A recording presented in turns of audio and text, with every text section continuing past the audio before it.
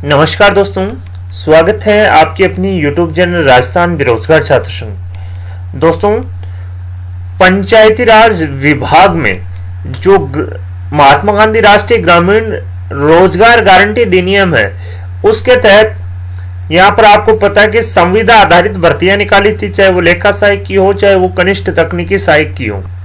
विभिन्न जिलों में यहाँ पर भर्तियां निकाली थी, लेकिन एक आदेश के माध्यम से ये जो भर्ती है वो यहाँ पर स्थगित कर दी गई है। मैं बता दूं, इसी को लेकर लेखा सहायक संघ और कनिष्ठ तकनीकी सहायक संघ ने जयपुर और जोधपुर हाईकोर्ट में रिट याचिकाएं दायर की गई, जिसको लेकर आज जयपुर हाईकोर्ट में सुनवाई होनी थी।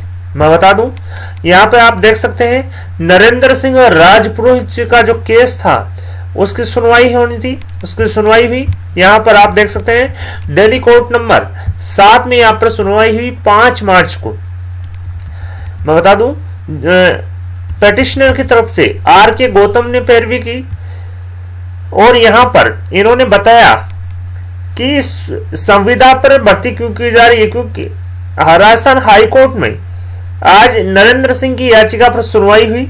याचिकाकर्ता की ओर से अधिवक्ता R.K. गौतम ने न्यायालय को बताया कि पंचायती राज विभाग में लेखा सहायक और कनिष्ठ तकनीकी सहायक कनिष्ठ अभियंता के रिक्त पद हैं और उसके लिए वर्ष 2013 में नियमित भर्तियां यहां पर निकाली गई थी राजस्थान सरकार द्वारा।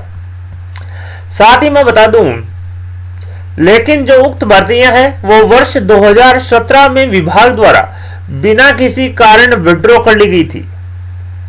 अधिवक्ता R.K. गौतम ने न्यायालय को यह भी बताया कि महानरेगा कार्यक्रम के तहत भारत सरकार द्वारा राज्य को प्रशासनिक मद में 6% राशि दी जाती है, जिसके तहत कार्यक्रम को चलाने के लिए मैन पावर की रिक्रूटमेंट यहाँ पर सबसे बड़ी होती है। मैन पावर चाहिए, जिसके लिए 6% जो प्रशासनिक जो एडमिन हेड का जो खर्चा है वो राजस्थान सरकार को भारत सरकार द्वारा प्रोवाइड की जाती है।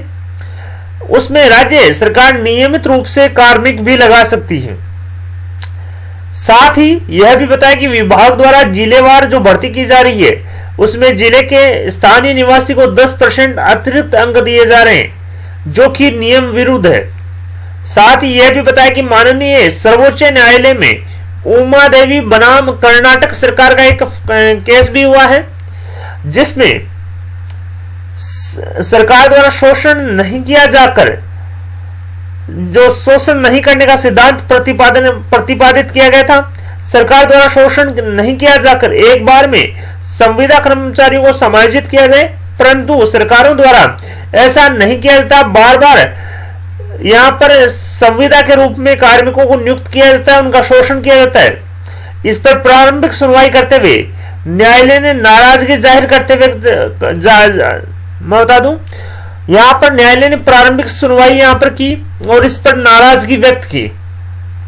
उमा देवी बनाम कर्नाटक सरकार का जो केस था उसका भी यहां पर मुद्दा उठा, जिसमें अगर एक बार संविदा कर्मचारी लगा लिए सरकार ने, तो जब तक उनका समायोजन नहीं हो जाता तब तक सरकार संविदा के रूप में भर्ती नहीं कर सकती या संविदा के रूप में कार्मिकों का शोषण नहीं कर सकती।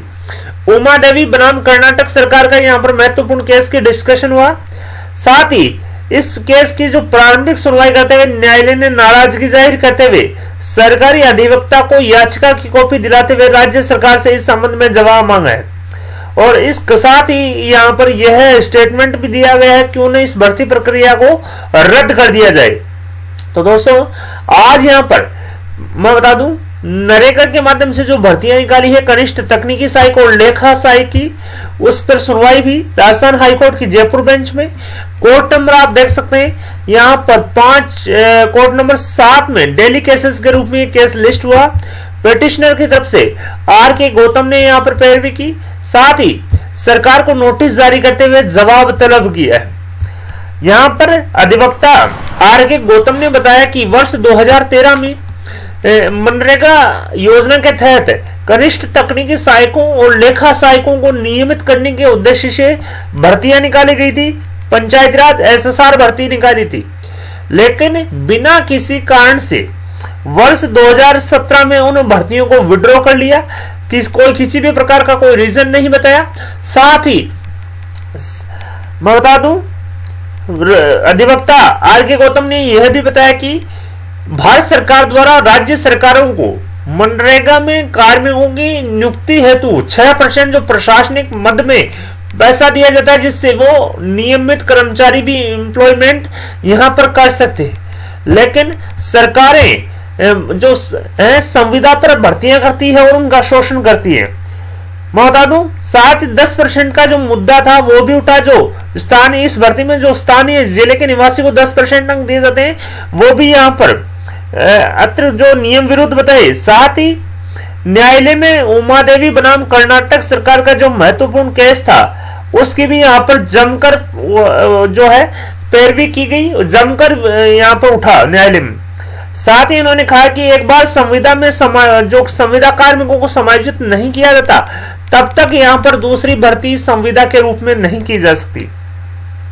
मैं बता दूं, प्रारंभिक सुनवाई करते हुए जज साहब ने काफी नाराजगी व्यक्त की है और राज्य सरकार को नोटिस जारी करते हुए जवाब तलब किए। साथ ही यह भी प्रश्न चिन्ह उठाया गया है कि क्यों ना आज इस भर्ती को रद्द कर दिया जाए। बड़ी अपडेट दोस्तों आपके अपनी YouTube चैनल राजस्थान बेरोजगार छात्र संघ पे निकल के आ रही है। आप देख सकते हैं नरेंद्र सिंह बनाम राजस्थान सरकार का जो केस था, जिसमें पंचायती राज विभाग में नरेगा के अंतर्गत जो भर्तियां निकाली है, पंचायती राज कनिष्ठ तकनीकी सहायक और लेखा सहायक, उस पर जमकर वाद विवाद हुआ। प्रारंभिक सुनवाई करते हुए जज साहब ने नोटिस जारी कर राज्य सरकार से जवाब तलब किया है। मैं बता दूं, साथ ही यह भी स्टेटमेंट दिया है कि क्यों न इस भर्ती को यहां पर रद्द कर दिया जाए, संविदा रूपी जो भर्ती है उसको रद्द कर दिया जाए। साथ ही अधिवक्ता आर के गौतम ने यह भी बताया कि पंचायती राज एसएसआर भर्ती वर्ष 2013 में निकाली गई थी, लेकिन बिना किसी रीजन के उस भर्ती को 2017 में यहां पर रद्द कर दिया। लेकिन साथ ही उमा देवी बनाम कर्नाटक सरकार का भी महत्वपूर्ण जो केस था, जिसमें एक बार अगर जो संविदा कर्मचारी एम्प्लॉयमेंट हो चुके हैं, उनका जब तक समायोजन नहीं किया जाता नियमित भर्ती पर, तब तक अन्य जो संविदा कार्मिकों की यहाँ पर भर्ती नहीं की जा सकती, वो भी जमकर उठा। दोस्तों वीडियो पसंद आए तो अपने दोस्तों के साथ लाइक और शेयर करना न भूलें। आपके अपनी YouTube चैनल राजस्थान बेरोजगार छात्र संघ को सब्सक्राइब करें। धन्यवाद दोस्तों, thank you for watching Rajasthan बेरोजगार छात्र संघ। Thank you friends, thank you very much.